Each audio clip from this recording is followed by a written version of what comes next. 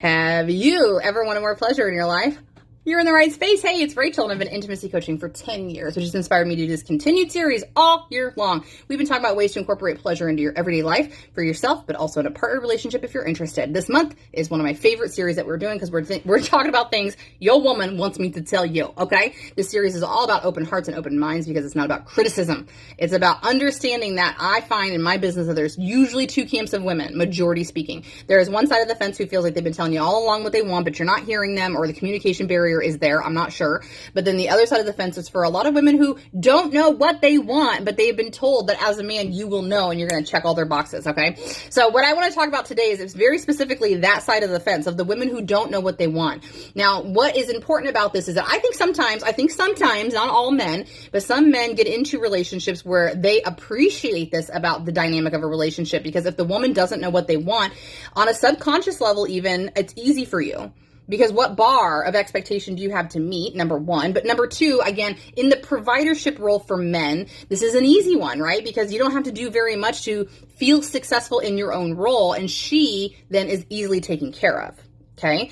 Now, what's more important is that even if this is a scenario that will work for you, I'm going to challenge you to revisit and reevaluate in many, many seasons of your life, because what I have found happens with women, right, is that as women begin to grow independently and within the relationship, especially if you're a good guy who's been supporting them all along, you had better be prepared, because you have, with all due respect, woken the beast. Okay. Because if you have initiated a relationship with a woman who never had any support growing up around herself, her validation, her worth, her value, her sex, her intimacy, her body, and you start to provide that space of rewarded vulnerability, which you should, because I'm telling you, you will reap all the benefits, but you must be prepared, because you will change that woman in the best way possible. She'll start to question, she'll start to become curious, she'll start to ask, are these the things that I really wanted, or was I just told by society, or my mother, or my religion, or my pastor, or my teacher, if somebody of influence like Cosmopolitan, or my girlfriends, or celebrities, they all told me what I should want in my relationship. They all told me what I should expect when it comes to sex and intimacy.